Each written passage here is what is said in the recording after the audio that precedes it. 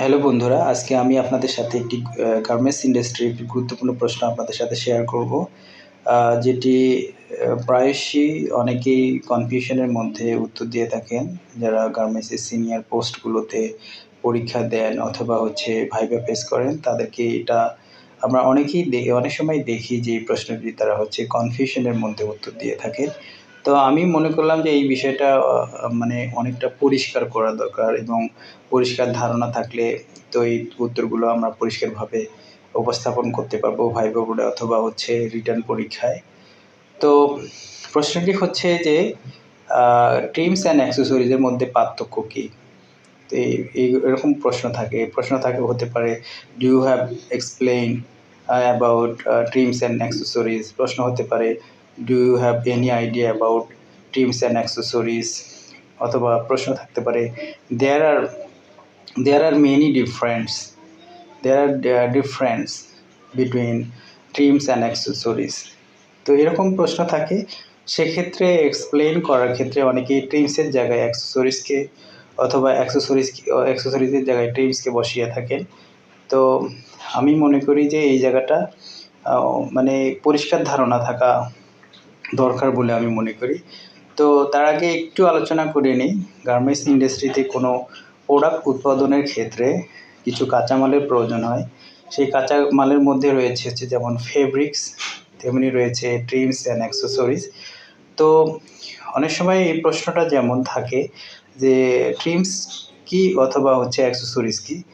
তো আমরা অনেকেই এই জায়গাটাতে গুলিয়ে ফেলি, ট্রিমসকে অ্যাক্সেসরিজের জায়গায়, অ্যাক্সেসরিজকে ট্রিমসের জায়গায় নিয়ে আসি। তো এই মূল কথাটা যে আসলে ট্রিমসটা কি? ট্রিমস সেই সব কাঁচামাল, যেসব কাঁচামাল কোনো প্রোডাক্টের সাথে সরাসরি যুক্ত থাকে, অর্থাৎ এটা ব্যবহার করার মতো মানে কাঁচামাল, যেটা প্রোডাক্টের সাথে সরাসরি থাকে অথবা সেলাইয়ের মাধ্যমে যুক্ত থাকে। যেমন এক্সাম্পল হতে পারে যে এলাস্টিক, এটা ওয়েস্ট বেল্টে থাকে, বিভিন্ন জায়গায় থাকতেই পারে। তারপরে আপনার জিপার, এটা আমরা ইউজ করে থাকি। তারপরে এটা অনেক সময় সেলাইয়ের মাধ্যমে পণ্যটির সাথে যুক্ত থাকে। তারপরে বাটন আমাদের প্রোডাক্টের সাথে যুক্ত থাকে। তারপরে এ ধরনের জিনিসগুলোকে, যেমন বাটন, জিপার, ইলাস্টিক, থ্রেড, এগুলো ট্রিমস। এগুলোকে আমরা ট্রিমস বলি, যেটা সরাসরি প্রোডাক্টের সাথে যুক্ত থাকে।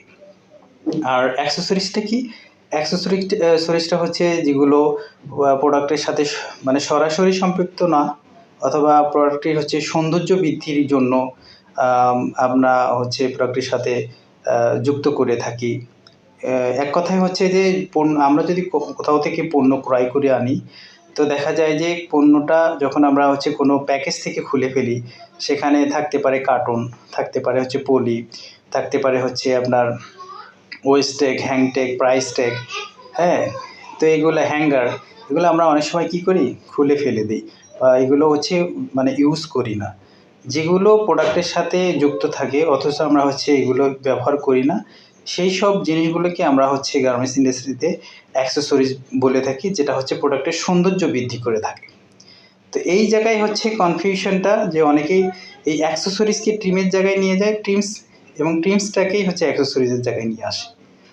তো আজকের এই আলোচনায় অনেকটাই যারা এই কনফিউশনের মধ্যে ছিলেন, তারা আশা করি আপনারা আপনাদের কনফিউশন দূর করতে পারবেন। তো এই ছিল আজকের আলোচ্য বিষয়। আশা করি ভিডিওটি বা এই প্রশ্নটি আপনাদের কাছে অনেক ভালো লাগবে মনে করি। তো সবাইকে অসংখ্য ধন্যবাদ। পরবর্তী কোনো বিষয় নিয়ে আলোচনা হবে, দেখা হবে, কথা হবে। সে পর্যন্ত সবাই ভালো থাকবেন, সুস্থ থাকবেন। আল্লাহ হাফেজ।